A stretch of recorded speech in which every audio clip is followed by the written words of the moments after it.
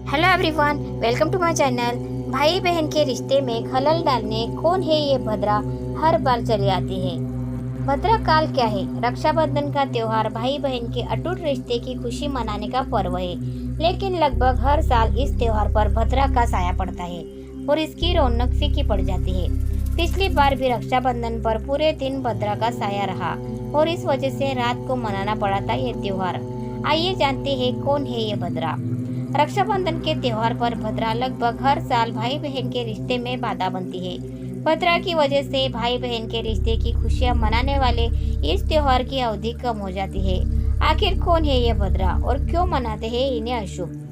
भद्रा एक अशुभ मुहूर्त है जिसके होने पर कोई भी शुभ कार्य करने के अशुभ परिणाम सामने आते हैं। इसीलिए भद्रा होने पर राखी बांधना अशुभ माना जाता है।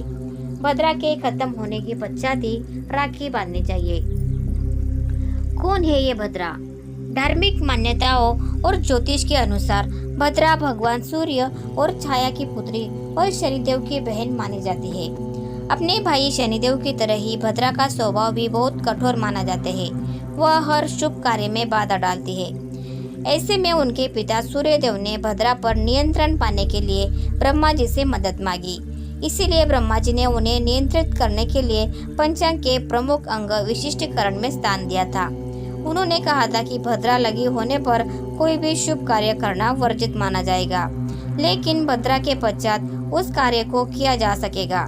हालांकि भद्रा के वक्त तंत्र मंत्र की पूजा और कोर्ट कचहरी का कोई काम करना अशुभ नहीं माना जाता है, लेकिन भद्रा में शादी विवाह, रक्षाबंधन, होलिका दहन जैसे शुभ कार्य करने को मना होता है। भद्रा में क्यों नहीं बांधते राखी? भद्रा स्वभाव से बहुत ही कठोर और उदंडी थी, तो उनकी हरकतों से तंग आकर ब्रह्मा जी ने उन्हें शाप दिया था कि जो भी भद्रा काल में कोई शुभ कार्य करेगा उसे मुश्किलों का सामना करना पड़ेगा और उसे अशुभ परिणाम प्राप्त होंगे। यही कारण है कि भद्रा होने पर रक्षाबंधन नहीं मनाया जाता है। रावण को भद्रा में बांधी गई थी राखी।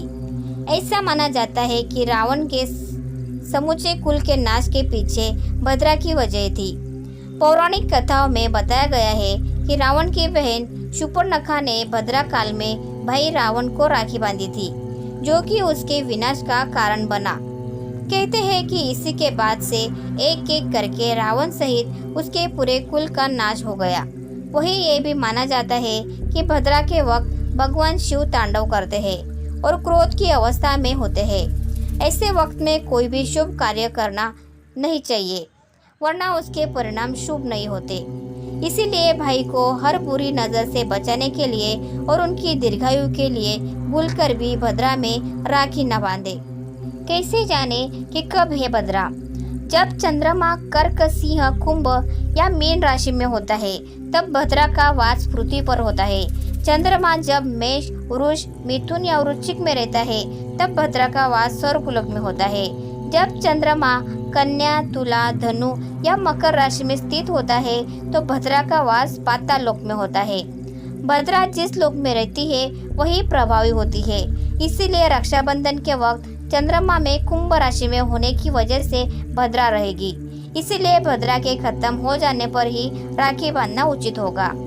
पंचांग के अनुसार इस साल भी 19 अगस्त को भद्रा के साये में रक्षाबंधन मनाया जाएगा, लेकिन रक्षाबंधन पर रवि योग समेत कई अद्भुत संयोग का निर्माण भी होने जा रहा है। सनातन धर्म में हर साल सावन मास के शुक्ल पक्ष की पूर्णिमा तिथि को रक्षाबंधन मनाया जाता है।